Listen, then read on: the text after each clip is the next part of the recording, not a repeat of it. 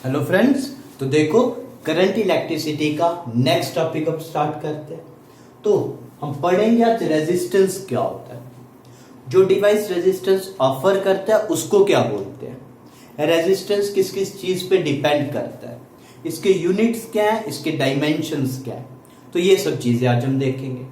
तो सबसे पहले रेजिस्टेंस क्या होता है। तो देखो हमने ओम्स लॉ में पढ़ा था कि जो पोटेंशियल डिफरेंस है V वो डायरेक्टली प्रोपोर्शनल होता है करंट के। V directly proportional to I। जितना ज्यादा पोटेंशियल डिफरेंस हम अप्लाई करेंगे across the terminals of a conductor, उतनी ज्यादा करंट उसमें से फ्लो करेगी। तो ये था ओम्स लॉ। अब प्रोपोर्शनैलिटी साइन को हटाने पे यहाँ पे कांस्टेंट आता है R, ठीक है। V equals to R into I. तो ये जो R है इसी को हम बोलते हैं रेजिस्टेंस। ये जो कांस्टेंट आया, ठीक है, इस प्रोपोर्शनैलिटी साइन को हटा के यहाँ पे जो कांस्टेंट आया इसी को बोलते हैं रेजिस्टेंस, ठीक है। अब देखो रेजिस्टेंस है क्या, यहां से देखो किसके इक्वल आया, रेजिस्टेंस R आया हमारे पास V और I के रेशियो के इक्वल। यहां से V है पोटेंशियल डिफरेंस जो हमने अप्लाई किया, और I है करंट। तो पोटेंशियल डिफरेंस और करंट के रेशियो को हम बोलते हैं रेजिस्टेंस। क्लियर। तो हम इस तरह से लिख सकते हैं, resistance is the ratio of potential difference applied across the terminals of a conductor to the amount of current flowing through it. या इसकी एक और डेफिनेशन देखनी है तो हम लिखते हैं, it is the opposition offered, it is the opposition offered by the conductor to the flow of current।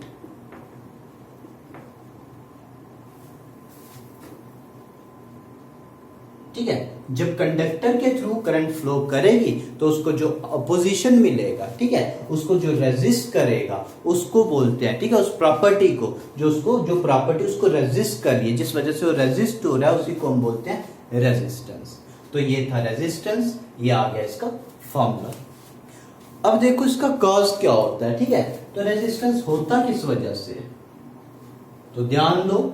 सबसे पहले अगर हमारे पास एक कंडक्टर है,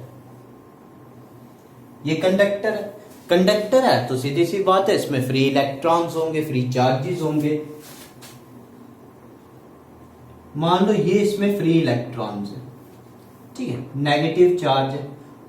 अब देखो जब हमने पोटेंशियल डिफरेंस अप्लाई नहीं किया है तो क्योंकि ये फ्री है, ये क्या करेंगे, किसी भी पॉसिबल डायरेक्शन में मूव करेंगे जहां इनका मन करेगा।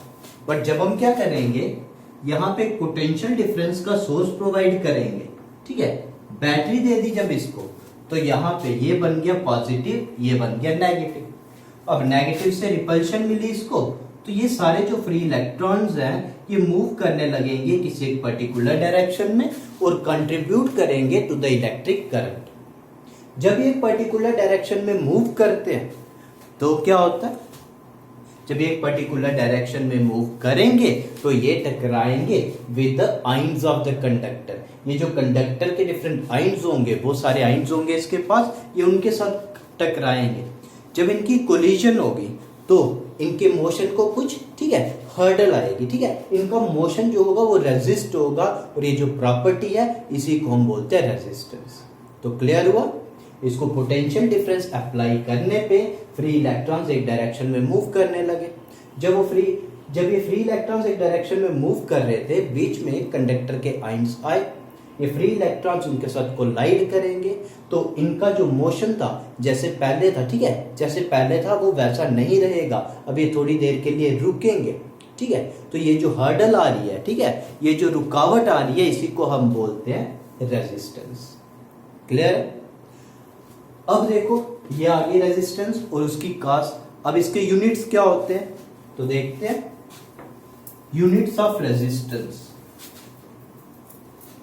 तो पहले डेफिनेशन थी इसकी, R equals to V by I। R is the ratio of resistance, is the ratio of potential difference applied across the terminals of the conductor to the current flowing through it। तो यहां से देखो units क्या है इसके, तो potential difference क्या है, वोल्ट्स, और करंट के हमें पता है एम्पियर, तो वोल्ट्स पर एम्पियर, जिसको हम लिखते हैं V और A इनवर्स। तो ये यूनिट्स आ गए किसके, रेजिस्टेंस के। बट हम इसको एक स्पेशल नाम देते हैं, ठीक है, इस यूनिट्स को एक स्पेशल नाम देते हैं जो है ओम। इस तरह से इसका सिंबल आता है, तो ये है इसके यूनिट्स। तो याद रखना है रेजिस्टेंस के यूनिट्स है ओम्स। अब यूनिट्स के बाद देखते हैं डायमेंशंस क्या है। तो डायमेंशन निकालने के लिए क्या करेंगे, फिर से देखते हैं इसके फॉर्मूले की तरफ। तो वोल्ट पर एम्पियर, वोल्ट क्या है, पोटेंशियल डिफरेंस का यूनिट, ठीक है, potential difference per unit current है।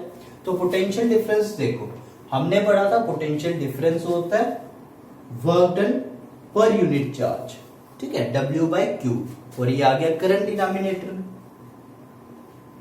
और वर्क के dimension M1 L2 T-2, charge के डायमेंशन A1 T1 और करंट के A1। तो ये बना M1 L2 T-3 A-2। तो ये डायमेंशंस आ गए किसके, रेजिस्टेंस के। ध्यान रखना ये यूनिट्स है इसके, ये डायमेंशंस है। अभी नेक्स्ट देखते हैं रेजिस्टेंस डिपेंड किस किस पे करता है। हमने देख लिया रेजिस्टेंस होता किस वजह से है, इसका कॉज क्या है, बट अभी हम देखेंगे ये डिपेंड किस किस चीज पे करता है। Factors on which resistance R depends. अब रेजिस्टेंस किस किस चीज पे डिपेंड करता है, तो देखो फर्स्टली लेंथ पे किस तरह से डिपेंड करेगा। तो कंडक्टर की लेंथ ज्यादा है कम है तो रेजिस्टेंस पे क्या इफेक्ट पड़ेगा देखते हैं। अब देखो अगर मान लो मेरे पास एक वायर है, उसकी लेंथ छोटी है, दूसरी एक वायर है उसकी लेंथ बड़ी है, तो जब क्या होगा, फ्री इलेक्ट्रॉन्स उस छोटी वाली वायर से मूव करेंगे, ठीक है, उसकी लेंथ छोटी है तो कोलिजन्स भी कम होंगी, अगर लेंथ ज्यादा होगी तो कोलिजन्स भी ज्यादा होंगी। क्लियर है, तो जितनी ज्यादा लेंथ होगी उतनी ज्यादा कोलिजन्स होंगी, उतनी ज्यादा रेजिस्टेंस होगी। क्लियर है ना, क्योंकि लेंथ ज्यादा तो number of ions of the conductor भी ज्यादा होंगे, जितने ज्यादा आइंस होंगे उतनी ज्यादा कोलिजन्स होंगी, जितनी ज्यादा कोलिजन होगी उतना ज्यादा रेजिस्टेंस होगा। तो R is directly proportional to L। L है लेंथ ऑफ कंडक्टर। तो एक चीज तो पता लगी, कंडक्टर पे डिपेंड करेगा इस तरह से। दूसरा देखो एरिया ऑफ क्रॉस सेक्शन, ठीक है, जिसको हम ए से डिनोट करते हैं। जैसे ये एक वायर है तो ये होगा इसका एरिया ऑफ क्रॉस सेक्शन। अभी ये एरिया ऑफ क्रॉस सेक्शन पे किस तरह से डिपेंड करेगा, अगर देखो एक वायर है वो मोटी है और दूसरी पतली है, ठीक है, एक का एरिया ऑफ क्रॉस सेक्शन ज्यादा, दूसरी का एरिया ऑफ क्रॉस सेक्शन कम, तो रेजिस्टेंस किस तरह से चेंज होगा।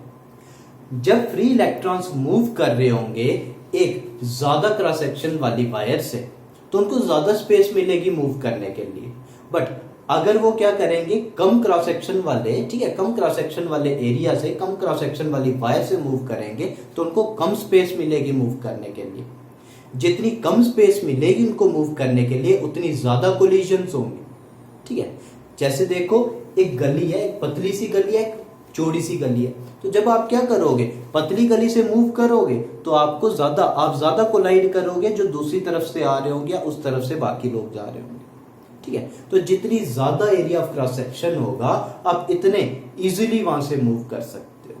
तो इसका मतलब जितना इजीली मूव कर सकते हो रेजिस्टेंस उतना कम, एरिया ऑफ क्रॉस सेक्शन जितना ज्यादा कोलिजन्स उतनी कम, रेजिस्टेंस उतनी कम। इसका मतलब R is inversely proportional to A।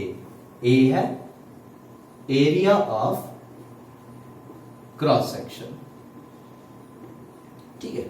इन दोनों फैक्टर्स को कंबाइन करके हमें मिलेगा R directly proportional to L/A। R is directly proportional to L, R is inversely proportional to A, तो कंबाइन करके ये मिल गया। तो जब प्रोपोर्शनलिटी साइन को हटाएं तो हम इसको इस तरह से लिख सकते हैं, rho L/A resistance is equal to rho L/A। जो रो है इसको हम बोलते हैं रेजिस्टिविटी। ठीक है, रो है रेजिस्टिविटी कंडक्टर की। अब रेजिस्टिविटी क्या, ठीक है, तो रेजिस्टिविटी जो है ये डिपेंड करती है नेचर ऑफ कंडक्टर पे, कंडक्टर किस चीज का बना है। ठीक है, ये डिपेंड करती है, देखो यहां पे लिखता हूं,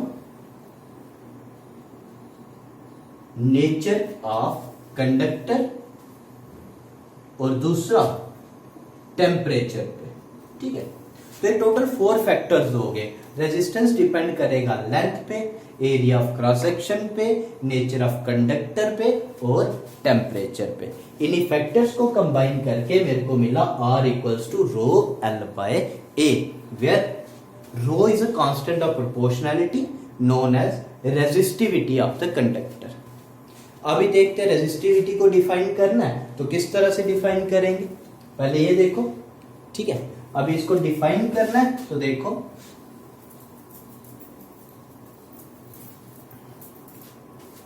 यहां से देखो R आया rho L by A, R equals to rho, जो रेजिस्टेंस है वो रो के इक्वल होगा कब, जब लेंथ होगी कंडक्टर की 1 मीटर और area of cross section 1 metre square. तो इसका मतलब R जो है रो के इक्वल आएगा। तो इसको डिफाइन करेंगे हम, the resistivity of a conductor is equal to its resistance if the length of conductor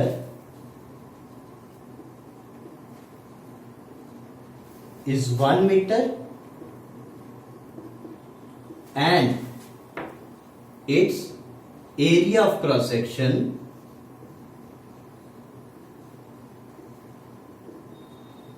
is 1 meter square। तो अगर इसका area of cross section 1 metre square है और इसकी लेंथ 1 मीटर है तो हम बोल सकते हैं जो इसकी रेजिस्टिविटी है, ठीक है, वो रेजिस्टेंस के इक्वल आएगी, R इक्वल्स टू रो। ठीक है, अभी देखते हैं रेजिस्टिविटी के यूनिट्स क्या होंगे और इसके डायमेंशंस क्या होंगे। देखो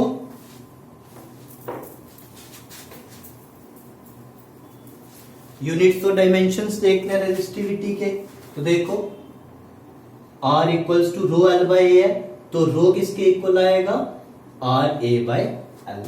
तो यूनिट्स देखने, रेजिस्टेंस के यूनिट्स थे ओम्स। ठीक है, एरिया मीटर स्क्वायर और लेंथ मीटर्स, इसका मतलब इसके यूनिट्स ओम मीटर।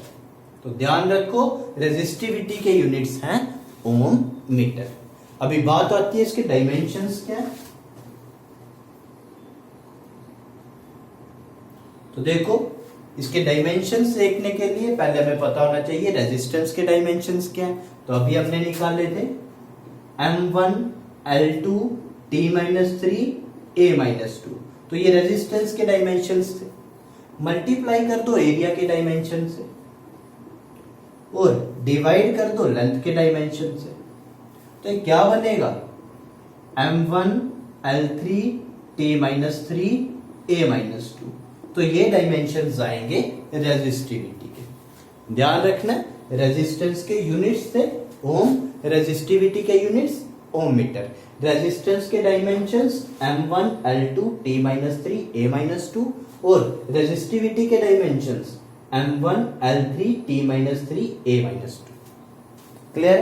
अभी देखो रेजिस्टेंस डिपेंड करती थी लेंथ ऑफ कंडक्टर पे, area of cross section of conductor पे, टेम्परेचर पे और नेचर ऑफ कंडक्टर पे, बट रेजिस्टिविटी डिपेंड करती है बस नेचर ऑफ कंडक्टर पे।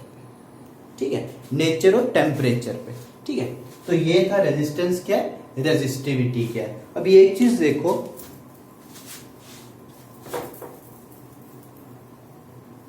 मान लो ग्राफ दिया आपको,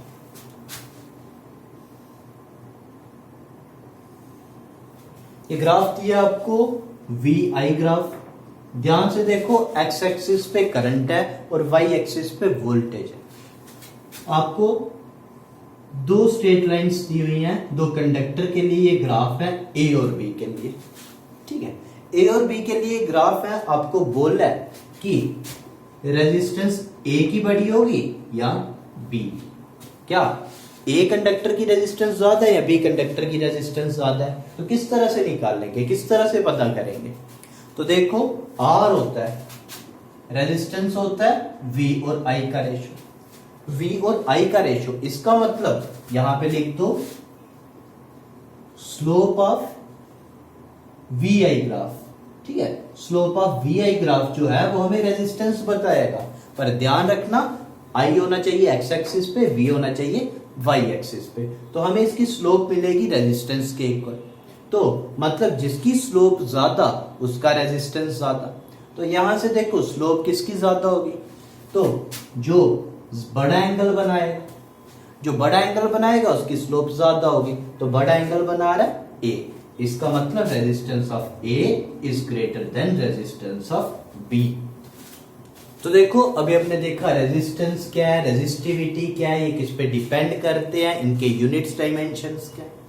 अभी देखो जो डिवाइस, ठीक है, जो डिवाइस रेजिस्टेंस ऑफर करेगा उसको क्या बोलेंगे? तो देखो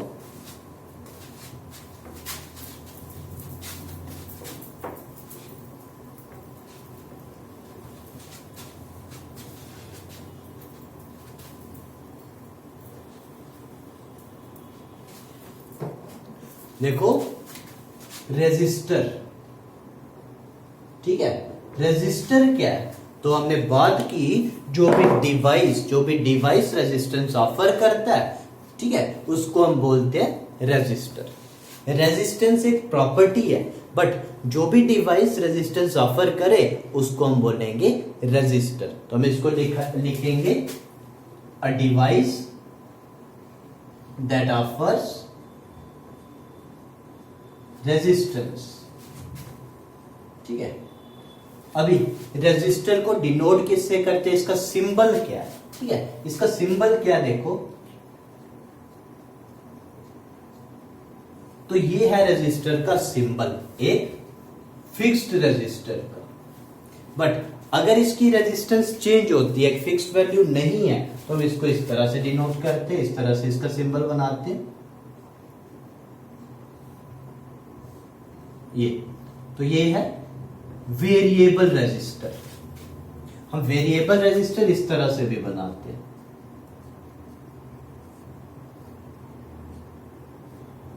ये है वेरिएबल रेजिस्टर। क्लियर है? तो ये सिंबल्स है रेजिस्टर के, ये एक फिक्स्ड रेजिस्टर है और ये दो वेरिएबल रेजिस्टर्स है। ध्यान रखना है रेजिस्टेंस एक प्रॉपर्टी है और जो भी डिवाइस रेजिस्टेंस ऑफर करता है उसको हम बोलते हैं रेजिस्टर। ठीक है, आज इतना ही रखते हैं। आज हमने पढ़ा रेजिस्टेंस क्या होता है, रेजिस्टिविटी क्या होती है, वो किन किन चीजों पे डिपेंड करते हैं, उनके यूनिट्स और डायमेंशंस क्या है। इसके बाद हमने देखा रेजिस्टर क्या होता है और उसका सिंबल क्या है। थैंक यू, आज इतना ही रखते हैं। Thank you.